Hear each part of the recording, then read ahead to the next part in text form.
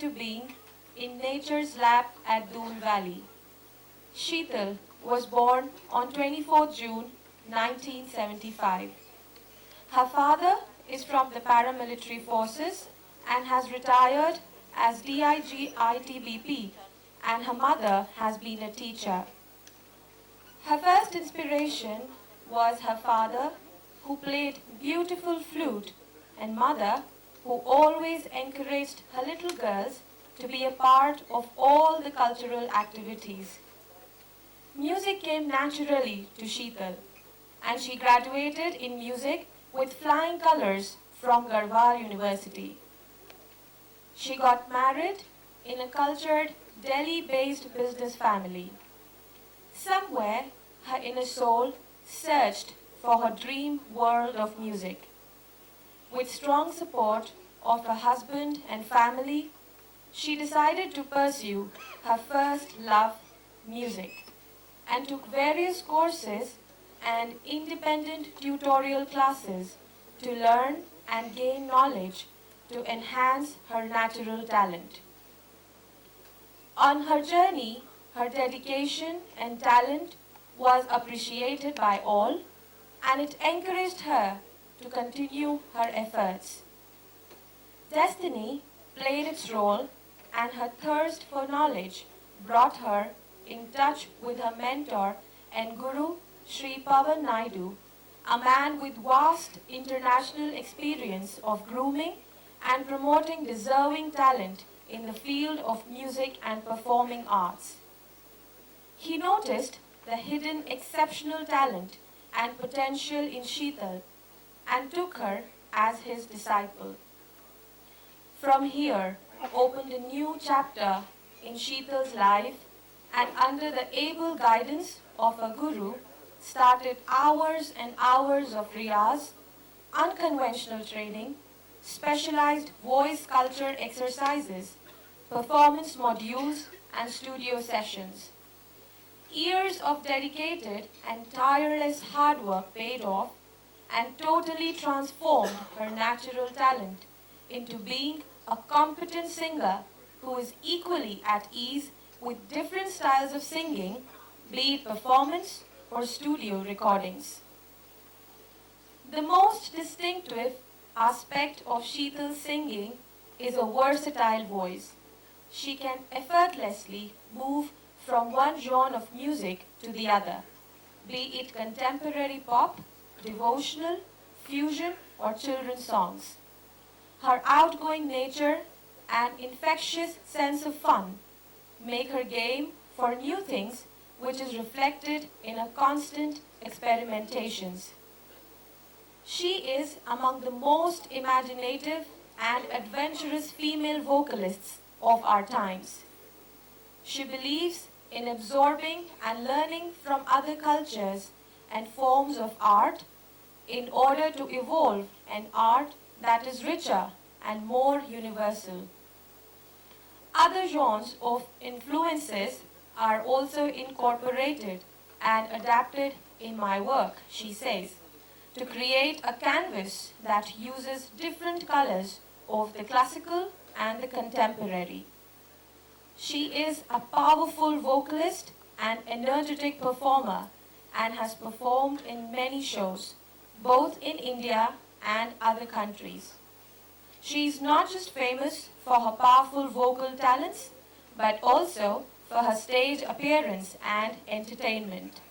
She has many albums to her credit, like Meera, Ni Main Yaar Manana Ni, Blossoms, Tribute to Geeta Dutt, etc. And now, I would request the President of India Islamic Cultural Center, Mr. Surajuddin Qureshi, to please come on the stage.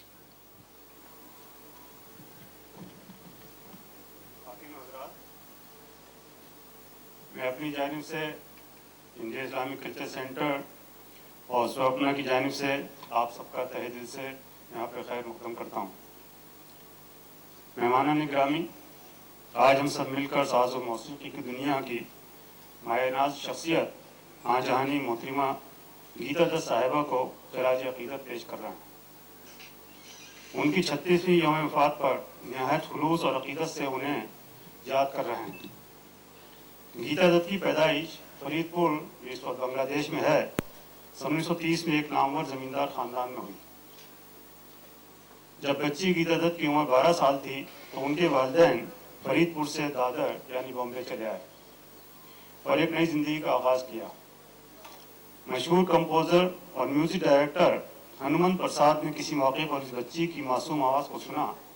फिर उनके जहन में ये आवाज़ घर कर गई हमेशा के लिए, और नतीजा ये हुआ कि हनुमंत प्रसाद ने साज़ो मौसीकी में गीता दत्त को ट्रेनिंग देने की पेशकश कर दी।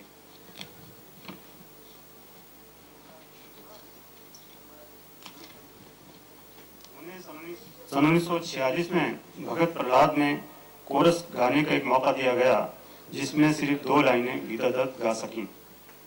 यही एक मामूली वाक़या इस अजीम गुलकारा की ज़िंदगी में एक बड़ी कामयाबी का पेशखेमा बना, जिसने गीता दत्त को शोहरत की बुलंदी तक पहुंचा दिया। शुरू में गीता दत्त भजन और गमगीन नगमे गाने के लिए जानी जाती थी, लेकिन जनाब एस.डी. बर्मन साहब ने गीता दत्त की जादुई आवाज़ को फिल्म दो भाई में खूब अच्छी तरह परख लिया और हिंदुस्तानी साज़ो नगमा में गीता दत्त ने उसी आवाज़ के जरिए एक नई जहां की तख्लीक कर डाली। गीता दत्त ने देवदास जो 1955 में बनी, पियासा जो 1957 में बनी, नगमे गाकर पूरी दुनिया से अपना लोहा मनवाया और वो मुस्तकबिल की एक बावकार गुलकारा बन गई। आज सजन मोरे हम लगा लो जैसे नगमों ने नौजवानों के दिलों में निहायत हसीन और जमील संसार का एक तस्वुर पैदा किया और ये नगमा हर एक की ज़बान पर आज भी गुनगुनाया जाता है। गीता दत्त ने बंगाली फिल्म भादो बरन जो 1967 में एक अहम किरदार भी अदा किया था और नाजरीन से दादे तहसीन भी हासिल किया। 1950 की मुद्दत में गीता दत्त और लता मंगेशकर जी खातीन प्लेबैक सिंगर की सफ़े अव्वल में शुमार की जाती थीं। गीता दत्त को अपनी ज़िंदगी में किसी भी बड़े फनकार की तरह बेशुमार उतार चढ़ाव और नशे व फराज से गुजरना पड़ा, लेकिन इन्हीं कठिनाइयों और तनाव से होकर उनके शानदार और मुस्तकबिल और अजीम कारनामों की राहें भी हमवार हुई और दुनिया ने उन्हें अजीम मुगय्यना के तौर पर जाना। गीता दत्त ने 20 जुलाई सन 1972 को बेशुमार बद्दाहों को रोता बिलखता छोड़कर इस दारे फ़ानी को अलविदा कह दिया।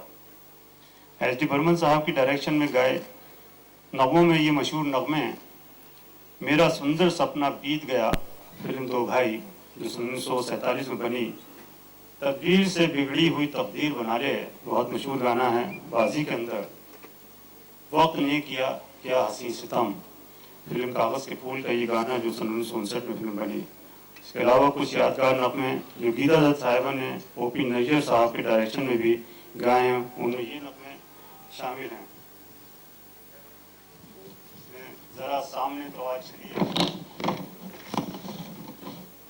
बाबूजी धीरे से चलना जब बादल लहराया।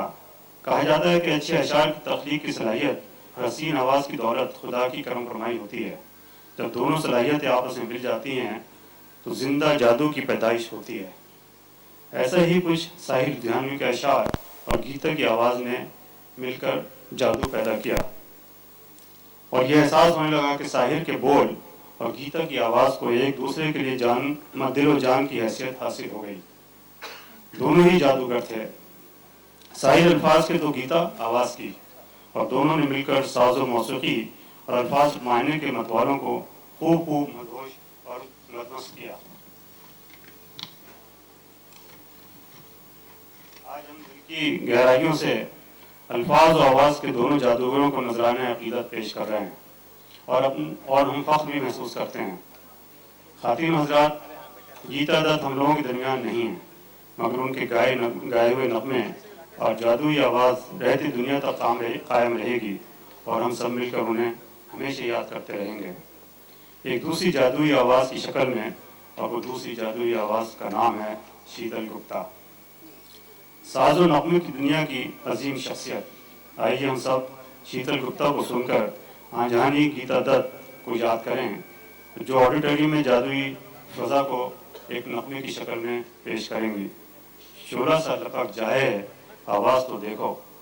मैं इस मौके पर जनाब पवन नायडू साहब, डायरेक्टर स्वप्ना को खास तौर पर खुशामदीद कहता हूँ, जिन्होंने आज की शाम को बहुत ज़्यादा रौनक बख्शी।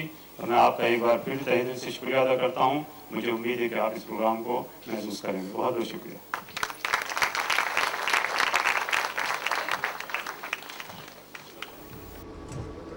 उदास है, आँख भी है नम, हो गया है क्यों हम पे ये सितम, तुम तो चल दिए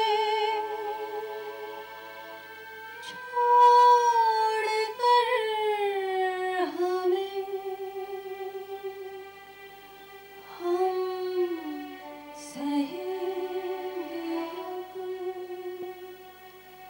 किस तरह ये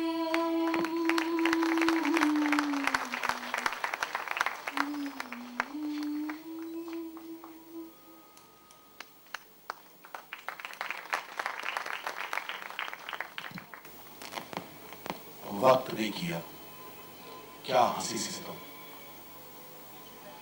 आज आप सब लोग जो यहाँ मौजूद हैं इस बात के गवाह हैं कि सच्चे जज्बातों से की गई मेहनत कभी भी जाया नहीं जाती है। आज की शाम हम सब यहाँ इसलिए मौजूद हैं कि उस आवाज को, उस कलाकार को श्रद्धांजलि दें जिसने अपने हर गीत को गले से नहीं दिल से गाया। शीतल ने अपनी श्रद्धांजलि दी है। आप सब लोग अपना कीमती समय यहां दे रहे हैं, ये आप सब की बड़ी श्रद्धांजलि है। और आइए सबसे पहले हम सुनते हैं इस कलाकार के बारे में कि वो कलाकार क्या कहता है, जिस कलाकार को पूरे भारत नहीं बल्कि पूरे विश्व की सबसे सुरीली आवाज कहा गया है। आइए आज की शाम हम याद करते हैं उन लम्हों को, चलते हैं अपनी इस यात्रा पर, याद करें गीता दत्त को सबसे पहली श्रद्धांजलि स्वर स्वर्णा की लता मंगेशकर जी की ओर से।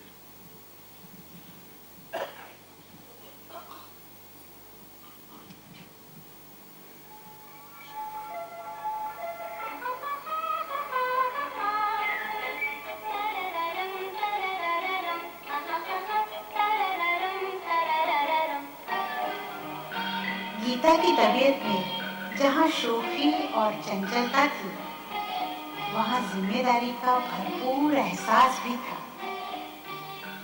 हमने कई गाने एक साथ गाए, इसलिए बड़ी अच्छी दोस्ती थी।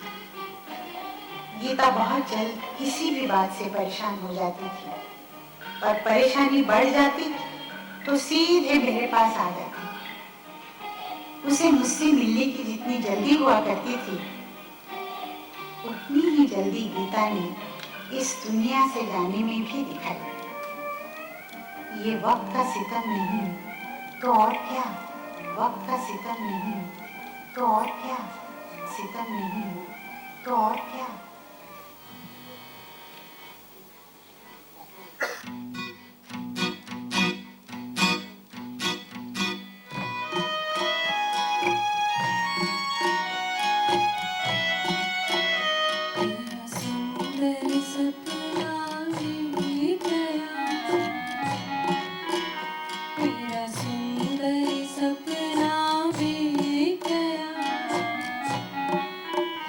मैं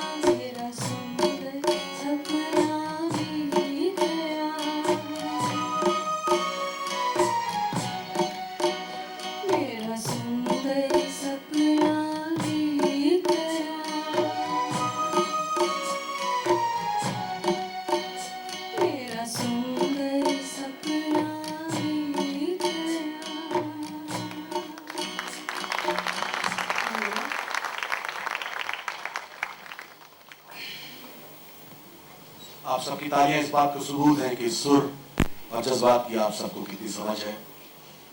ये दाद ही एक कलाकार का हौसला बनती है। आइए अगली पायदान पर चले, इससे पहले मैं चाहूंगा कि आप सबका तारुफ उन साथियों से करा दूं जो हमारे प्रोग्राम की बैकबोन है। सबसे पहले अकूस्टिक गिटार बजा रहे हैं mister Manoj, mister Mukesh Gupta electronic keyboards, mister Narendra tabla and ढोलक, mister Kamal electronic octopad.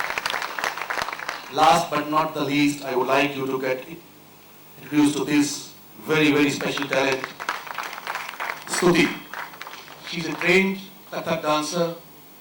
She's with Swarpan to become a professional singer, and to seek your blessings, she's playing the acoustic percussion. Let me tell you, ladies and gentlemen, she is the first girl who plays acoustic percussion on stage with professionals. Thank you very much. आइए अब चलते हैं अपने आगे के सफर में गीता जी की आवाज, उनके दर्द, उनके अंदाज को। याद कीजिए गीता दत्त जी को किस अंदाज के लिए सबसे ज्यादा जाना जाता है। लेकिन जैसे जैसे आज के गीतों को आप सुनते चले जाएंगे, आप ये बात मानने पर मजबूर हो जाएंगे कि महज यही कलाकार वर्सेटैलिटी की क्वीन होने का ताज पहन सकती है। आइए शुरू करते हैं। सबसे पहले जोगन, शीतल, गीता दत्त, जोगन।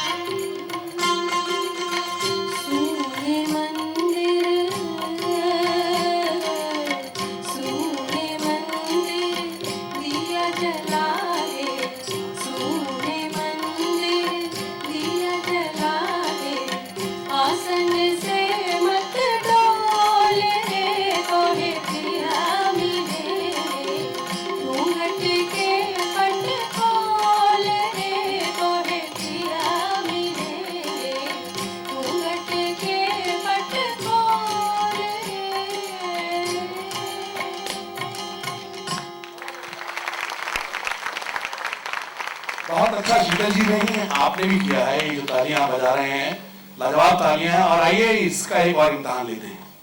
अगला गीत जो हमने चुना है वो लेसर नोन सॉन्ग है गीता जी का, लेकिन इस गीत को सुनकर आप मान जाएंगे कि गीता दत्त ने अपना हर गीत उसी खूबी से गाया। पॉपुलैरिटी क्यों नहीं हुई गीत की, उसके कुछ और रीजंस भी रहते हैं। ये गीत गा रही हैं शीतल जी, स्टेज से कुछ कलाकार साथ दे रहे हैं, लेकिन मैं चाहता हूं कि आपकी तालियां इस गीत में शीतल जी का साथ इस अंदाज में दें कि इनको इस बात पे यकीन हो जाए कि आप लोग आज पूरे मूड में दिल खोल कर ताली बजाने के लिए यहां आए हैं।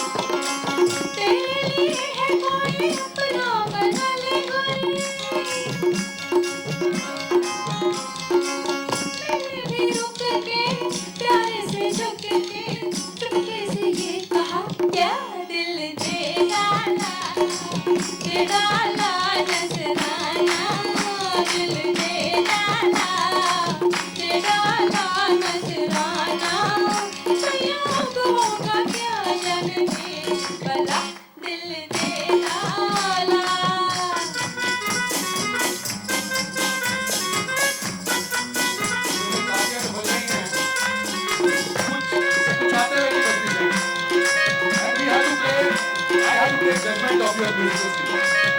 Okay, let us play the clap like this. 1, 2, 1, 2, 1.